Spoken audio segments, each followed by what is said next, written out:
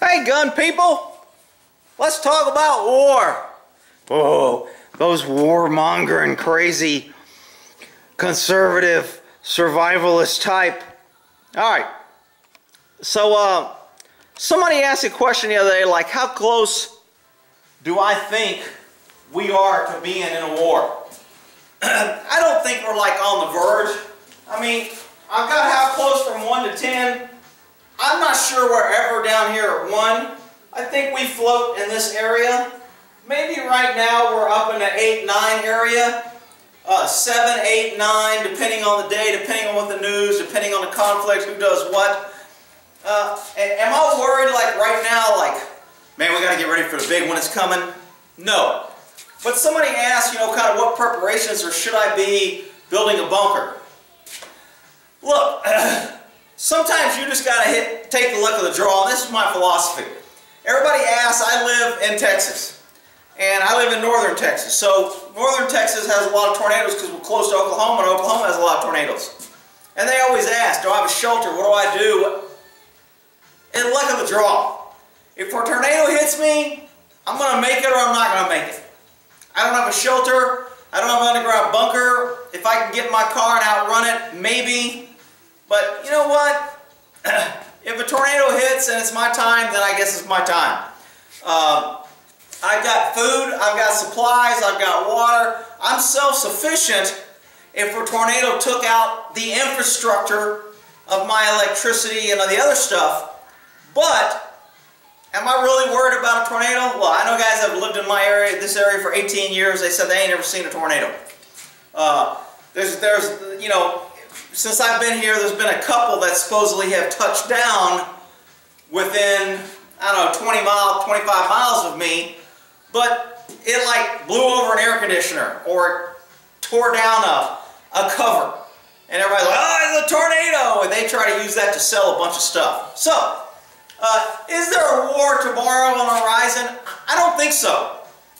Is there always a chance? Absolutely. When you have ego politicians, and I don't care anywhere you go in any country, when somebody's in politics, it's about ego and power and control and showing how tough they are and thinking they're better than everyone else, which is why they're up there to protect and save everyone else. And they were elected because they were so brilliant, and the whole world would fall apart without you.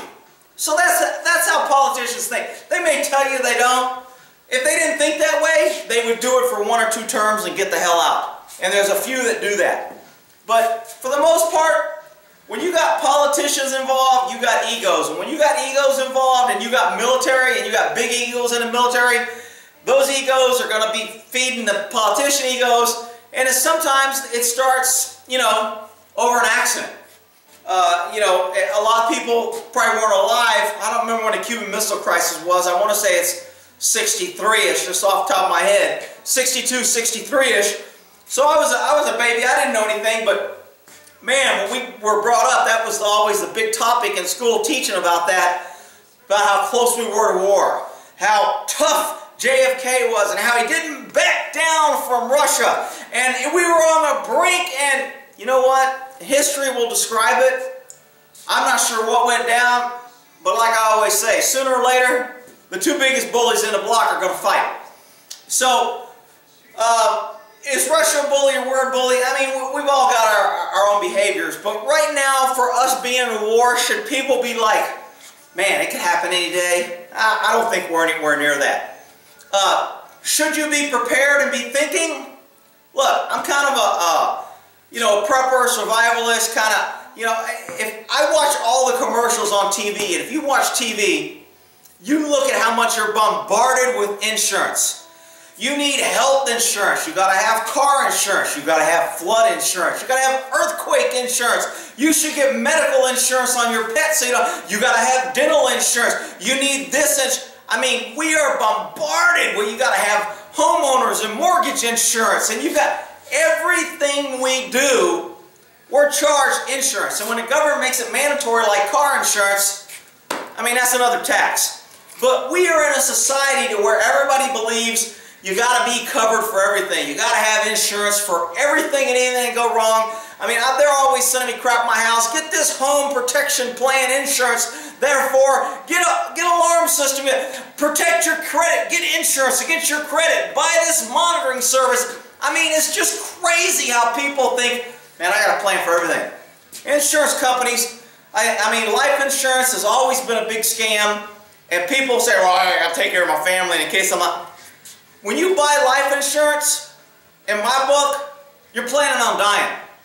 You're planning on dying. You're paying money each month because you're planning on dying. Because if you're planning on living, you would save that money for your future and you'd be able to use it to invest or do something good, and you would put it in a bank. But a lot of people aren't disciplined enough to do that, so unless they have to pay it, they won't. But that's another topic. But insurance is like a huge thing in our society. And yet somehow, when a Second Amendment guy or a constitutionalist, patriot, conservative, survivalist prepper wants to plan for a disaster, whether natural or man-made, somehow they're crazy. They can't be trusted. They're Looney Tunes because they think it's the end of the world. They're always running around. Hey, you know what? Being prepared to me is insurance. And I think it's damn good insurance, and it's worth the premium. And not only is it worth the premium, the insurance that I buy for prepping and survival and planning, it's mine forever. I don't have to depend on someone else to give it to me. It's mine. So, should you always be prepared? I think you should be. Whether it's earthquake, tornado, hurricane, disaster, plague, locust, whatever. You should have some sort of plan that if something goes down, because if you're putting all your eggs in the government basket, I think you got problems. Okay, I don't want the government having all my eggs, and when shit hits the fans, they go, we're taking all these and we'll give you the shell. Have a nice life. Okay, I don't want all my eggs in the government basket. And to me, if you're not prepping and planning, then you are. Now, should you be overboard prepping and spending your whole life and sacrificing everything and you can't enjoy life because you're buying everything for the big one? I don't think that's that far. You know, no more than I think it would be smart for me to run out and get $5 million in insurance. For what? So somebody can get $5 million when I die? I mean, so you have to balance it out. So, I put a couple things on here. On the risk of war, I've got the different things that I think will start wars. And I've got money, politics, food, oil, expansion of government, usually tyrannical governments, friends, whoever our government is friends with, if they get in a war, we're in it. And enemies that don't like us, if they start a war with us, we're in it. So those cause wars. And of course, power is always involved in war, and radical religion. We won't mention any names. Muslims. Anyway, and there's other, I know the Christians had their time when they were running around cutting and killing and doing stupid shit too. Again, I don't want to get into religion because I'll piss off half my audience. People be like, you're going to lose subscribers! Shut up! Alright, so, these things, which of these things right now could get us in a war? Money. There's a lot of money play right now between Syria, Russia, Iran, different people not wanting to use the US dollar to buy oil and energy. Once these other countries go away from the US dollar and figure out, which I already figured out, that the US is crooked and we're printing money and we have no gold and we have nothing to back up our money, it's simply paper. Once the other people start figuring it out and stop using our money, then no matter how much money you have in a bank, if you got $1 million in the bank, you're going to have 1 million pieces of paper that mean absolutely nothing. So, is money a concern that could be leading us to war? Yeah, the U.S. doesn't want other countries to go away from our dollar. Now, Obama was pushing it, didn't care, and was driving us down. I think Obama wanted the dollar to fail, because then it would fail America. And he hated America and wanted America to fail. So, I think in his mind, if he could fail the dollar and get the dollar to fail, he would win by having America fail. Now, I don't think that's the thing now, but money is a consideration. Politics, it's always there. Who's the biggest guy? Who's got the best military? Who's got the biggest parades? Who's got the most patriotic people? Who's got the most money? Who's got the most biggest navy, biggest this, best aircraft? Politics are always in there. Food, the U.S. isn't hurting for food, and I'm not sure if we stopped all imports, if we couldn't grow our own food and take care of it. So we got some pretty rich land here that if we had to get back into farming, it may put us back, but I think we can supply our own country with food. So I don't think food's a big thing for us. Oil, we got our own oil too. Although we don't like to admit it, we're not using it, our reserves, I want to say we have more than Iran and Iraq, Afghanistan. I mean, we have huge oil reserves that we haven't tapped yet, which is pretty smart for us to use everyone else's oil and save ours. You know, now the flip side of that is, oh, we're taking advantage of the poor. Ah, shut up. Damn liberals. So, expansion of government. Would Russia or China like to have North Korea in their area? Maybe. Would Russia and China like to have Syria, because they have an oil pipeline, in their area of control or part of them? Yeah, I think they would. Would the U.S. care? Maybe we should. Oh no, it wasn't for oil. It was for the children. So, let's see. Friends and enemies, of course, if Britain gets into something, we're going to be in it. France gets into something, we're probably going to be in it. If other countries get into it that we're allies, we're going to be in it. Just like if Syria gets in it, Russia's going to be in it. If North Korea gets in it, China's going to be in it. They're all interconnected, and you can't just arbitrarily attack different countries and think that you're not either going to piss off some people or make friends. Okay, so I mean, anybody that hates Israel, when somebody attacks Israel, all the other people that may hate them suddenly like them because an enemy of my enemy is my friend. So, and there's a lot of people that think that way about the U.S. Power, of course, it always comes down to power. And when you have powerful people like Trump and Putin, both trying to show how big their hands are, you got issues. And then radical religion, that war has been going on forever, thousands of years. And you got idiots in freaking liberal colleges teaching that it doesn't exist and it's the mean, racist white man that just wants to pick on the Muslim religion even though they've been fighting for thousands of years, whatever. Alright, and I know somebody's coming out, well, the religion was only started so much, whatever. The Persians, when you look back at Persia, that was Muslim country as far as I'm concerned. Maybe Muslim wasn't around then, but to me, it's the same damn philosophy. So, insurance. Insurance for prepping, to me, is a good idea. But what do you want to prep? Now, I'm not some master guy that knows everything what to prep and what not to prep, but I like non-expiration items. I like things that last. I was just in a store and they had a mountain, it was Academy, and they have this mountain food. And I looked at the expiration, it says 2049 or 2045, and I went, damn, that's some good. Even though it's got an expiration, it's 20 plus years out, so I'm like, that's a pretty good deal. And they wanted 70 bucks for like 13 meals, 300 calories a meal. I'm kind of like, that's not a bad deal. I'm kind of waiting for it to go on sale. I may pick up a couple of those buckets. And I've got some other stuff. If you go to the Latter-day Saints, they're into canning and being self-sufficient. The Latter-day Saints like to have 6 months of food.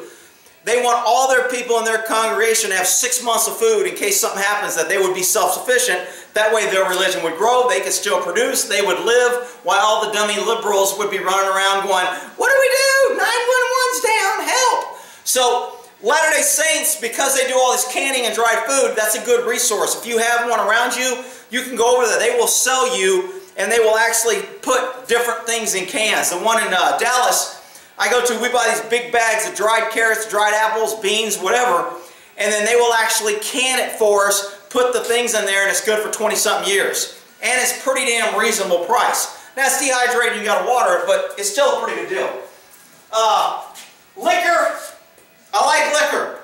Not that I like to drink it. I mean, it's okay. I mean, I'm not an alcoholic, but I like having a few cases of liquor because that is a great bargaining, trading tool. It's always going to be worth something. It's never going to go down, and it doesn't have an expiration date.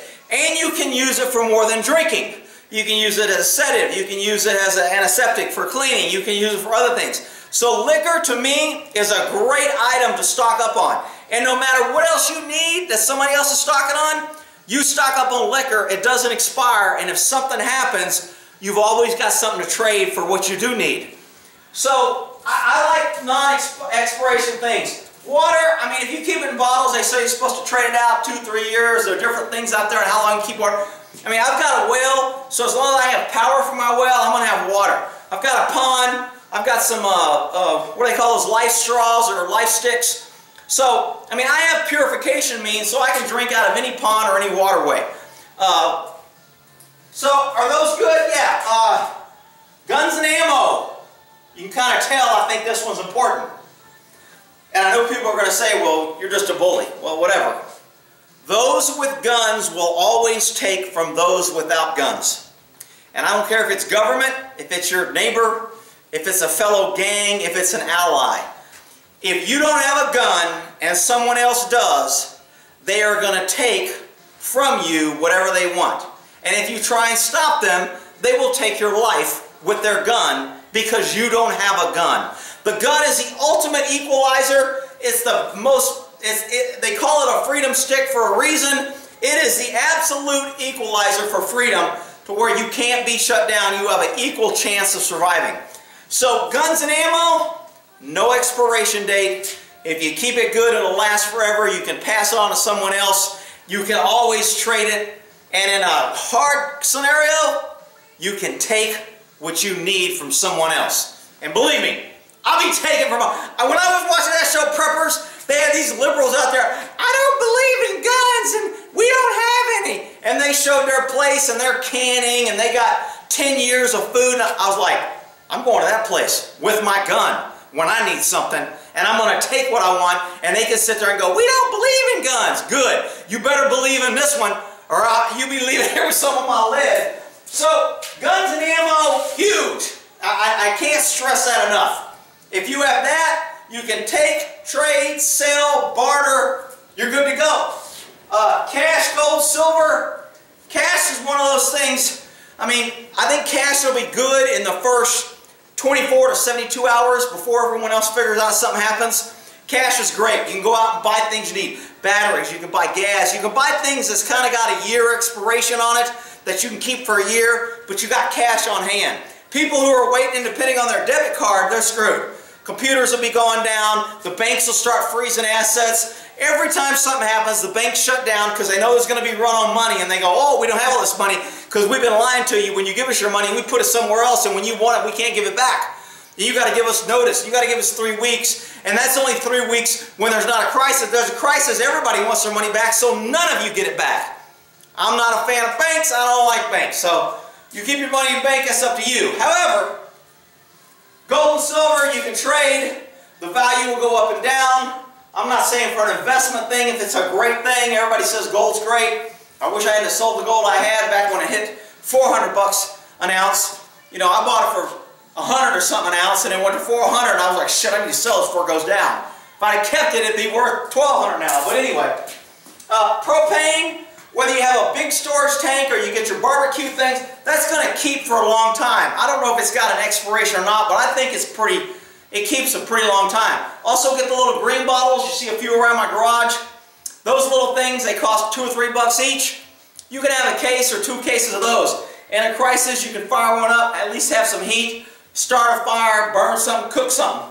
Again, any weapon, hose, axe, shovels, hammers, billy clubs, nunchucks, whatever, those aren't going to expire and they're going to be needed. You can make those too afterwards.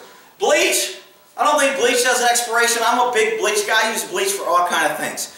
I mean, it's a great disinfectant. It's good for cleaning things. In a medical crisis, if I got nothing else, I can bleach my tools that I'm using on someone else, and that way I'm not cross-contaminating. That was one of a huge thing in World War I, or actually in the Civil War, I think. We had so many people dying because they were used. They'd go from one guy cutting his leg off, take the bloody saw and go to the next guy in the next table, cut his leg off, go to the next guy, cut his leg off because he got infected. So cleaning your tools for medical supplies, I think bleach is a great thing. Somebody else is going to say maybe something else, but bleach doesn't expire. You can sanitize water with it. You can clean with it. You can decontaminate things with it. I clean my horses with it. I kill fungus. I use it on their feet when they get a fungus. To me, bleach is just a great cleaning tool. I've got 2, 4, 6, 8, 12 gallons right back there. Probably not enough, but that'll last me a while. Again, I'm going to be using it more in a crisis. And then an alternate energy source, I have a generator. Of course, I need gas for a generator, unless it runs on propane. But having an alternate energy source is great. Gas is going to be hard to come by. That's another reason to have cash. When things go down, people are going to want to go buy gas with their debit card. The debit card's not going to work. The banks are going to shut everything down. If we get an EMP attack, all electronics are gone. If we don't get an EMP and they get a virus, they're going to shut everything down. So there's all kind of ways that you can lose your debit card. And the government wants to go away from money anyway, because they know the scam's about up on the Ponzi scheme. People are figuring out that the U.S. is printing money and they ain't got shit to back it up, so it's nothing more than paper. Why the hell should we use your paper when we can print our own damn paper and use it and call it money? Once that catches on, get ready. And then any needed skill, that's not going to expire. If you can fix something, if you can build a pump, a windmill, fix a car, if you can horseshoe, put shoes on horses, if you can do something that somebody's going to need, that type of skill is not going to expire, and that's going to help you survive in any situation. Now, doctors, medical people, those are great people to have around on any type of your groups or etc. or no. That's a good bargaining tool. Everybody's going to need medical attention at some point in time, and especially when the lights go out with electricity, people start using tools they're not used to using. It becomes more manual. People are more tired. People are more in survival mode. You're worried about people taking your stuff, protecting your stuff, so you're more likely to get in an accident, cut your hand, do something. We're not going to be getting vaccinations, etc. So those are things that I kind of think. The war right here, I want to put Homer away. What's the odds of us getting in a grounded war here in the U.S.? I think it's pretty slim to none. And even if it does, they're going to probably attack closer to coastlines. Now, if they nuke us, if you watched, what's that movie, Red Hot, Black, what's shit? I can't remember. Red Dawn. They have a 1 or 2. The old Red Dawn, Russians came in and nuked a few of our big cities, and they dropped people from paratroopers and took over cities. Now, if that happened, then we would have conflict here. But again, you would have to be in one of the major cities hit before it worked out to you. So you would have some planning time between when it happened. But the war's probably going to be abroad, and if we are hit, it's going to be from faraway nukes. And you're either going to be in the zone and be dead, or you're not going to be. Now, there's always those people like, do you really want to live after a nuclear weapon and, you know, the cancer? And look, when it comes down to living or dying, everybody wants to live. Very, very, I don't think I've ever seen anybody, unless they were on a deathbed at the end saying goodbye and they didn't care. I don't think I've ever seen anybody in any type of fight where they're willing and able to live that said, I'll just give up. I'll just die right here. It just doesn't happen. So you can say, I don't want to live with a nuclear weapon, there'll be cancer. You know what? When shit hits a fan, everybody wants to live. And if it takes taking your shit for me to live, then your shit's getting taken, or you're going to kill me to keep it. And if you don't have a gun and I have a gun, guess who's winning? Anyway, those are the things I just want to cover a little bit of kind of briefly on my philosophy. Are we close to a war? No. Should you have insurance for disasters, either war, hurricane, tornadoes, you know, earthquake, whatever? Yeah, I think you should have a plan. I think you should have food. I kind of like that the Latter-day Saints tell their people, hey, you got to have 6 months of food. We want you to be self-sufficient. Candles, huge thing, no expiration. I was looking at candles. I'm always looking at candles so I can get them on sale. Man, you can't get candles for $5, $6, $7 bucks. I found a couple at a pawn, not at a pawn shop, one of those little garage sale places, and they had them for $8 a piece, and they were the big candles with a holder. So I snagged them because I'm always buying candles if I can get them at. Wax is going to be very hard to come by. If the electricity's out, a lot of people are going to use the candles more because it doesn't broadcast out. It doesn't use a lot of energy. It's more localized. In the winter, it doubles its heat and light. So candles are a good thing to stock up on. I have several candles. I have a lot of things that I'm saying, but if I had to put one thing on the list that you need to have first, let's take a guess.